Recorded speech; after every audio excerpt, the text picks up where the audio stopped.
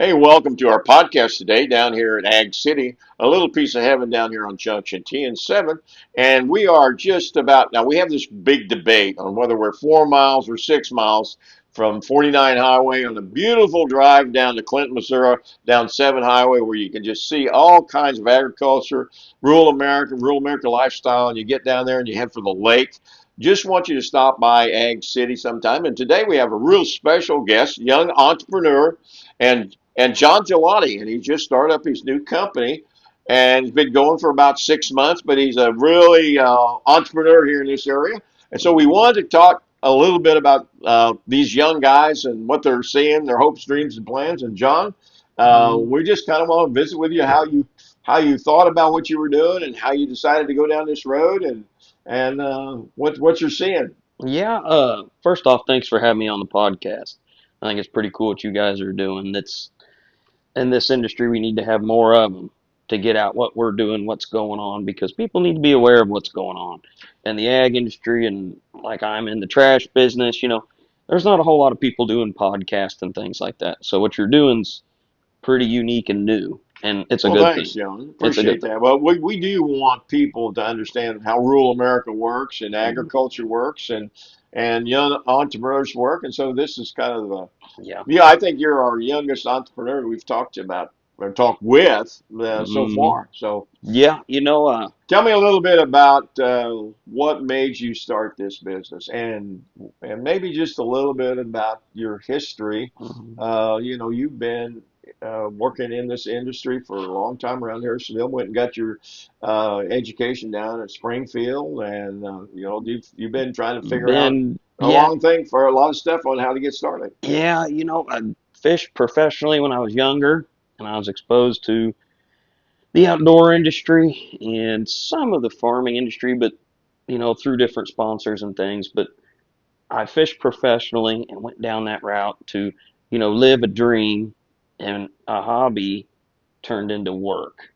Well, you actually won the Crappie Master a couple of times, Yeah, we won a and couple big major yeah. tournaments and national championships whenever I was 14, 15. So we had really good success in that industry, and I loved it. But I wanted to keep it, as I got older, I wanted to keep it a hobby because, just like everyone on a Saturday and Sunday, I want to be able to go enjoy my time, not work.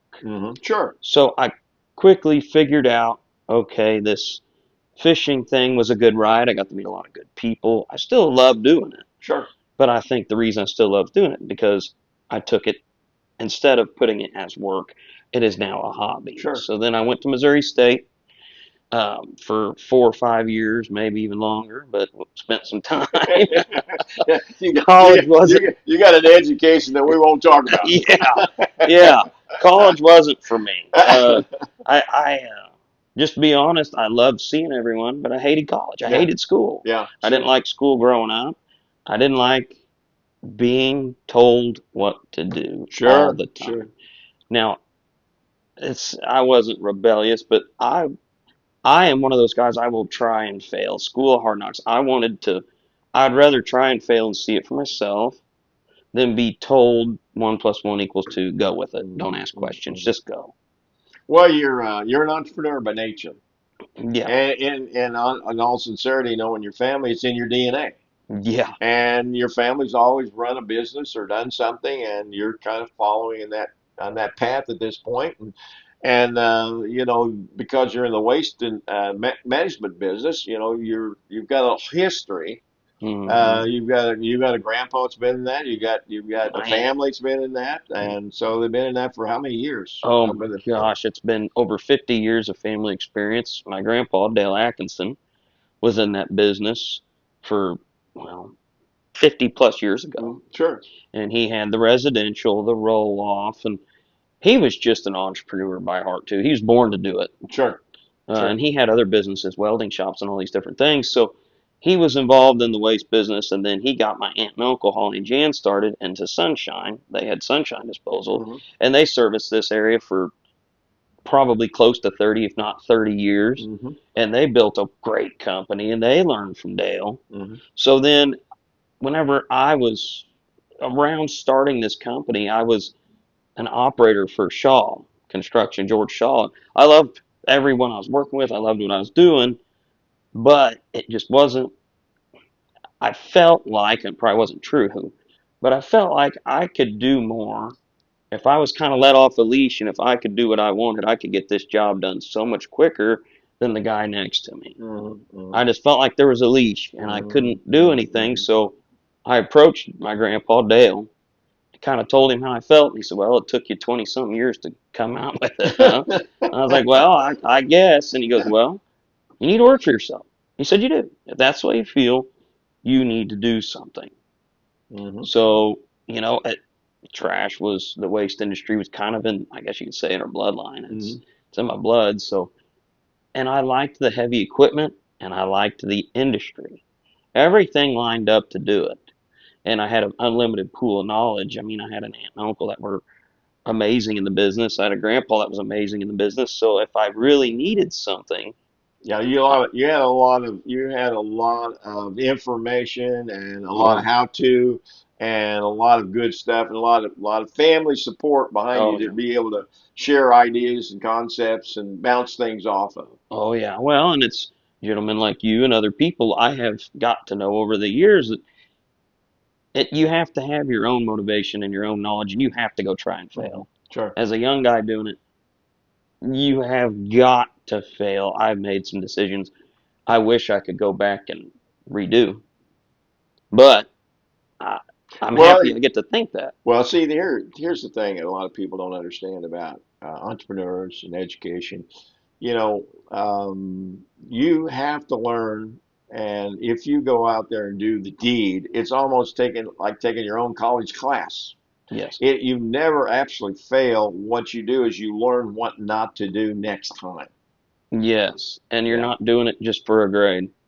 You're doing it for a livelihood, Hmm. and it's amazing what happens how you handle a situation when it's for a grade or for a livelihood for your customer, for your own. There's more. You're wagering more, so your decisions are different. And a lot of younger people don't, I feel like they don't step out on that ledge because they're so afraid of what if it's going to happen. You're going to bust your butt. Things are going to happen. And you've done it. And everyone older than us has been doing this and they survived. So why can't you? Well, there's just certain people and in life that are risk takers and they are entrepreneurs by nature.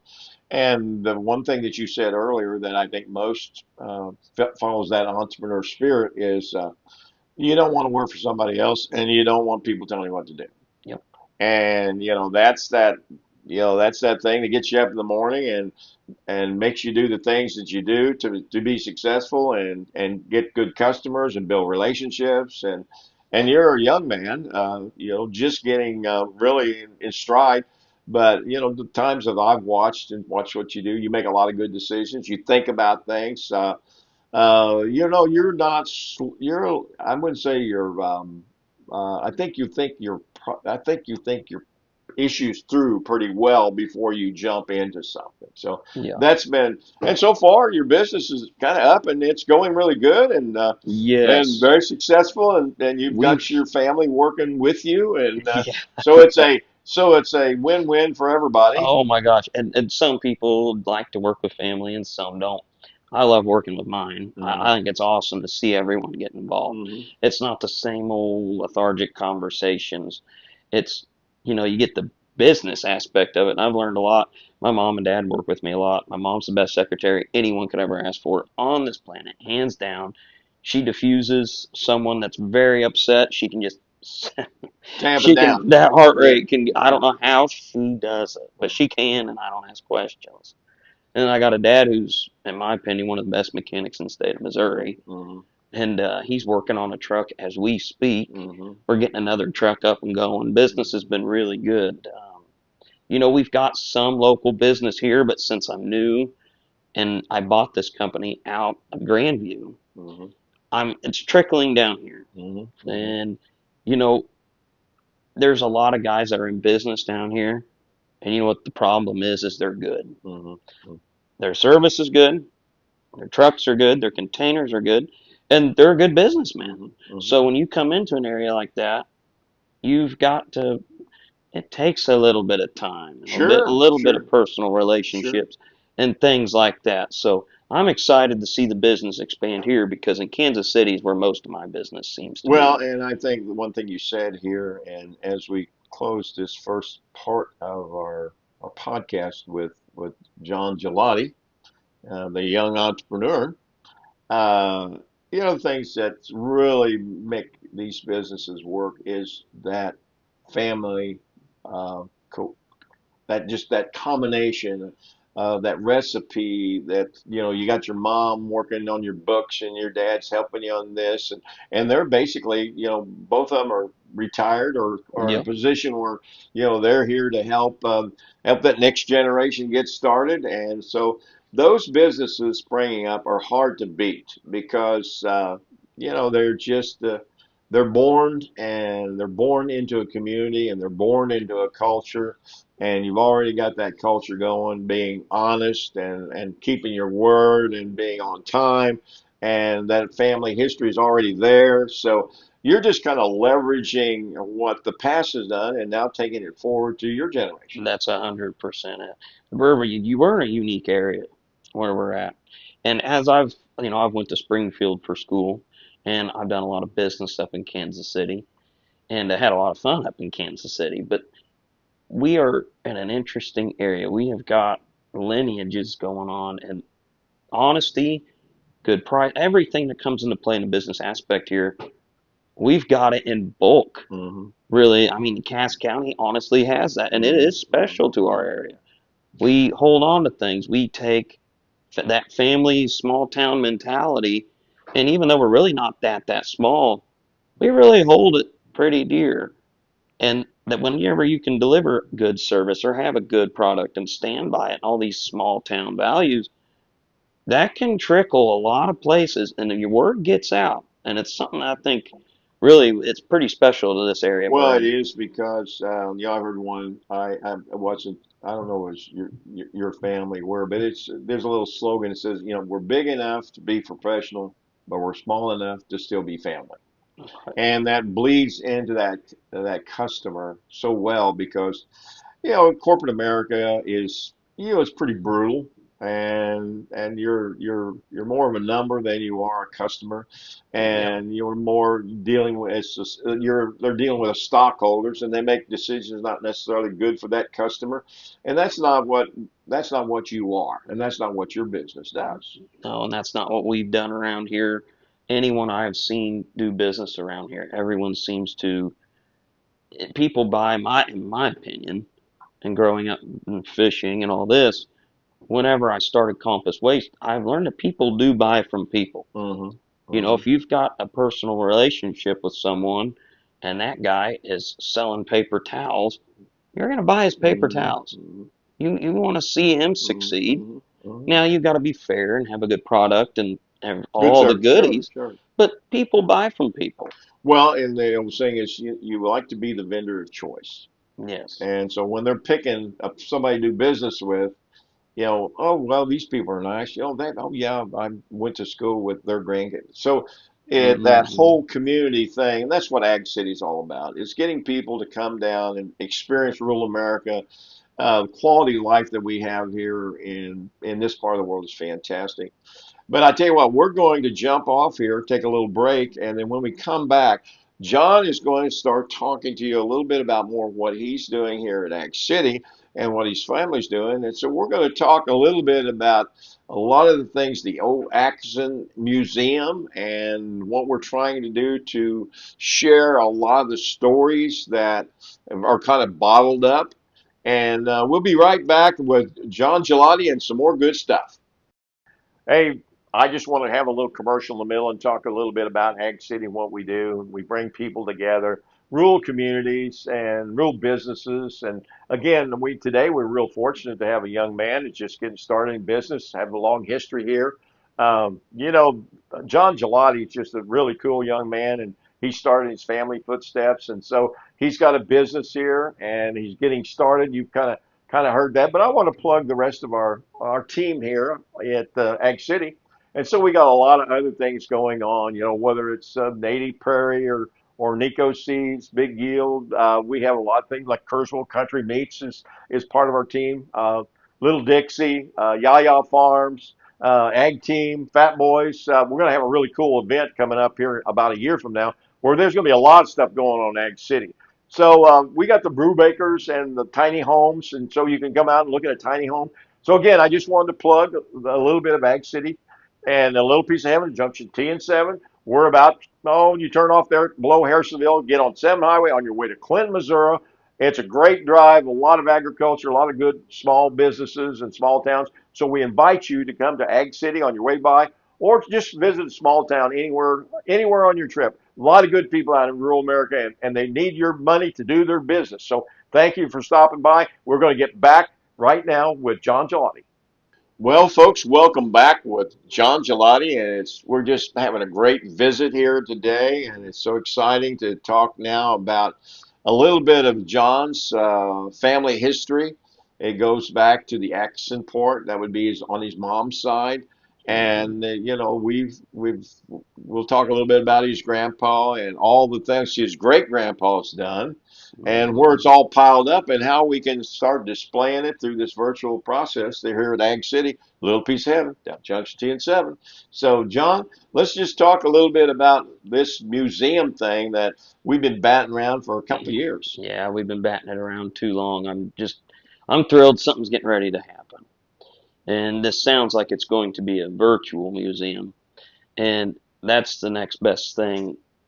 Something with our history going back and with this area, all the farming that was done here, all the work, how these men and women did things 100 years plus ago, all this stuff, you can preserve it and have the items on hand, but you've got a short time frame to actually inform people, hey, this is what this did. This is this piece of equipment, and for those men and women to tell you that.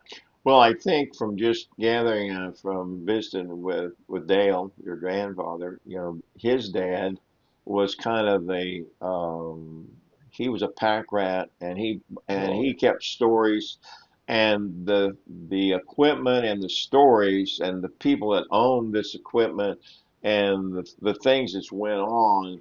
I think that's what we're really keying in on. This is not stuff that's shipped in here. This is not stuff. This No. is stuff that actually people in the Cass County area and surrounding area have actually used to farm their ground. And I think he's got some old Oh the my God. steam engines, and so that all the different things that they're stored up here. Now there is a museum, but it's kind of surrounded in a town, Yeah, and trying to it's get it we access. can't get people in Yeah, and out of yeah, that, and yeah, something's got to happen with that because, like you said, we're this stuff isn't bought from the Lord knows where. And yeah. here's this.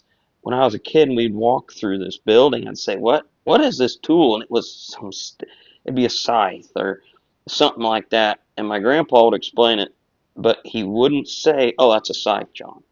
He'd say, "Oh, well, so and so used this, and I remember watching him, and man, when I was growing up, we did this." And there's this story, and it's got a name, a location. You can you can just it makes Visualize it. that Yeah. scythe that looks like some piece of wood Mhm. worth so much more because there's so many stories behind it. And that's like I was saying, this stuff, that scythe will last forever in a building. It'll last forever on a video. Sure. That story with that scythe, the stories with the steam engines, when those leave and no one younger Mhm. cares to hear it or forgets it, or whatever else, those don't come back.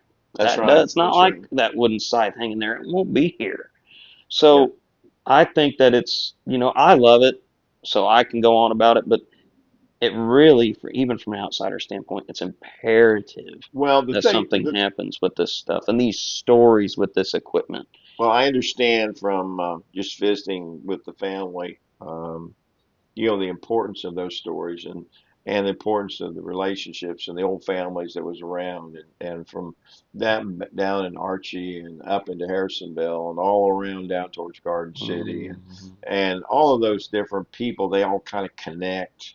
And it goes back to those days when, you know, actually, I remember, when I actually came down here myself. I've come down in '57, and I married a local girl. She was a Gilkison, and when I married her, their family had owned farmland since 19 or for 135 years. Yeah. So there's all this stories and all this education. And what we're trying to do is this virtual museum will be just a composite of, and there will be some times when there may be some equipment stuff here, or you can go see some certain things as it develops. But the big thing, John, is we want to capture those stories that you're talking about, Yeah. and we want to get everything out of Dale. Dale's 88, and over the next couple of 3 years, you never know when the good Lord say, "Hey, listen, it's time to come home," and Yeah. we're in no hurry, and He's very active, and so is your parents and everybody. But time will come; those stories will disappear if we don't capture 'em. Yeah. Well, you've got to preserve them. You've got to capture them, and you've got to preserve them. That's right. And our time with these men and women, it's limited, and it's not something we all love to talk about. But they, as I have noticed, older men, older women, they love to tell those stories. Yeah. It's not like you're prying information. It makes their day if you just ask about it. And I don't know how many people I've had around the city of Harrisonville. What's in that museum? What's in here? What's in there? Well, Well, where do you want to we're getting start? ready to pry the box open and start taking pictures and telling stories. Yeah. And again, well, what's happening here at a little piece of heaven at Junction 10-7 is we're putting in the Visitors Bureau, and we're putting in a tourism, and we're making an opportunity for you to come to this area and go back 100 years and see the equipment and actually listen to some of the people that actually knows where this equipment, how it's used, and some of the stories behind it, some of the stories that happened in Gun City, the shootouts. I mean, there's some exciting Oh, things. You get these people talking, and we got some really good stuff to we've talk got, about. yeah, well, there's monuments around here. There's things around here that I still learn from time to time different things that have happened through the people I've talked to, and there's a lot of history we've got here, and there's people that remember it. Hmm. But if they've all got that common theme, it's not going to stick around long. Well, we got Jon Gillotte here, who's, I mean, I've watched him work with his Bass Pro, and I've watched him work with somebody and put on seminars and show people how to do things. One of his skill sets is he's a great communicator, as you can tell as we're talking here, but also, being able to capture that and kind of drag out some of that information, because you get this crowd I run with and John runs with, these sometimes they don't want to talk when they get in front of the camera, No. but if you get them in a relaxed position and maybe even have a shot of brandy or a little glass of wine, and everybody gets loosened up A and the little bit stories loose. start rolling, and some of them, some of them are actually, you just will bust a gut, and Oh yeah, all the things that you didn't know was happening, it happened, and why it happened, and what had happened then. yeah, and I think that's why the virtual part of this is going to be cool Yeah. because you're going to have people tell those stories, and they're going to be in the environment looking and seeing what's going on. It's not Yeah. necessarily one of those things where you're having to put someone here that's going to struggle to Well, communicate it's it. not going to be mechanical. Yes, It's yes, it's going to be real. And raw every once in a while information. we might have to bleep a word or two out because we get pretty prolific in our discussions, and spirited would be kind of a nice way to put it. Never you though. No, no, no, No, no, never, never never. Bill. But Never Mr. Bill. yeah. But anyway, John, I tell you what, it's been so great to have you here today on our podcast, and we're so excited about your new business. And is there anything you'd like to share with the folks here on the podcast Yeah, as we wrap it up? first I think what you're doing is great because it helps everyone involved. So thank you. But yeah, I started Compass Waste, and I'm out of Harrisonville, Missouri. And we have the 20, 30, 40-yard dumpsters. I'd love to service people in this area. I'll work with you on pricing. Everything right now is so dang expensive, and life's tough as it is. And no one should have to pay a bunch for a dumpster. Hmm. I Hmm. mean, come on, Hmm. it's a dumpster. It's Hmm. not. It's nothing too special. It's just a way to get rid of your clutter, your junk, if you're doing anything. So I'd love to work with people around here.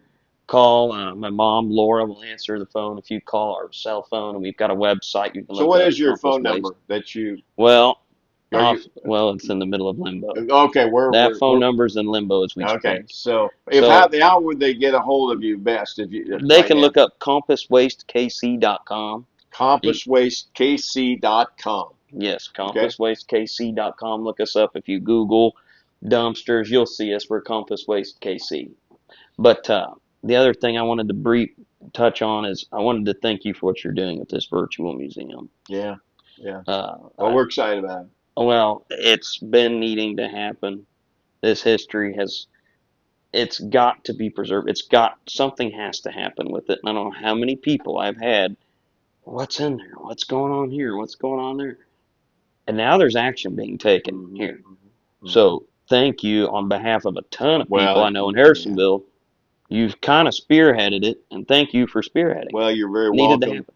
But we are working also with the Harrisonville Chamber, and I know that they're also working primarily a lot on the Civil War era and all about the burnt district, and that'll also be represented in the museum. But the things that we're probably going to focus on more, and of course I know about this because I lived it, but we're focusing more on the dirty 30s they used to call them.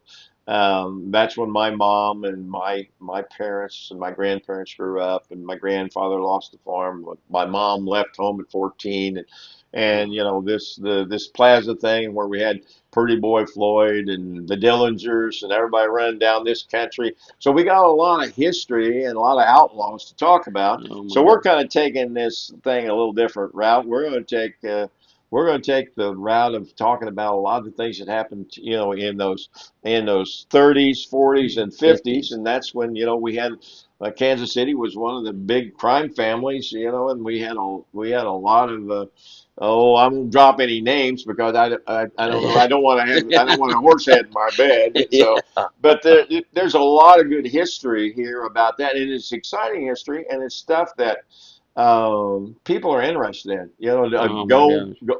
good old mob movie never. You always get some interest. And the Godfather. Yeah, we could see a lot of the things in some of these movies that they've actually stolen out of real life, and there's a lot of history, in Kansas City and at the Union Station and down there at the And it where they bleeds sell this way. produce. That was big deal. Yeah, and it bleeds this way. Yeah, You well, wouldn't and think about it in this little town we're in, but if you start hearing these stories of how these people were leaving home at 13, 14, 15, yeah, yeah, and they didn't have a nice little school or this or that, they were, good luck, get after it. I mean, yeah, these yeah, stories are rich down yeah. here. A lot of them. We've Well, had a you tougher way of life we here. we are on Kaufman Road, and you and Kaufman did start in Garden City, Missouri. So we got a lot of history over here in this kind of an Amish Mennonite Mm, cemetery, and we talked about that with Ron Rushley here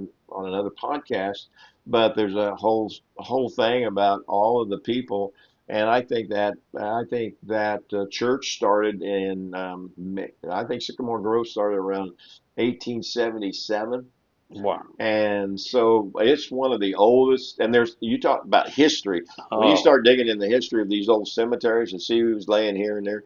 So right here, just in this little part of the world, that we are so rich with history. oh. And we've got rich with history, but to us, it's important to pass it down.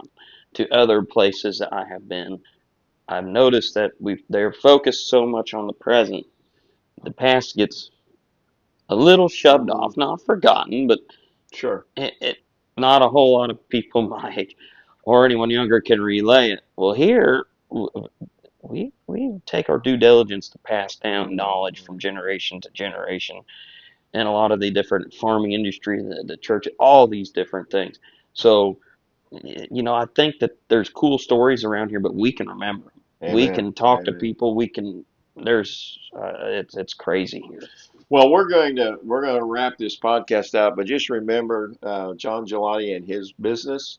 And he's a young man getting started, and he's down here at Ag City, and he's all about helping us out with the virtual museum. And so we're just excited about all the things that we're doing right here at Ag City, a little piece of heaven, Junction C and 7, right on 7 Highway. And as you're blistering down to the lake, just whip off and do some business with a local ag, whatever it is. Well, I mean, we got a lot of stuff, still meadows. We got all kinds of things going on. So Mm. please stop by Ag City and learn something, and we'll pat you on the back and wave at you and treat you really good. So thanks for joining us today on this podcast. Again, Little Piece of Heaven of Junction 10 7, and we'll see you on the turnaround.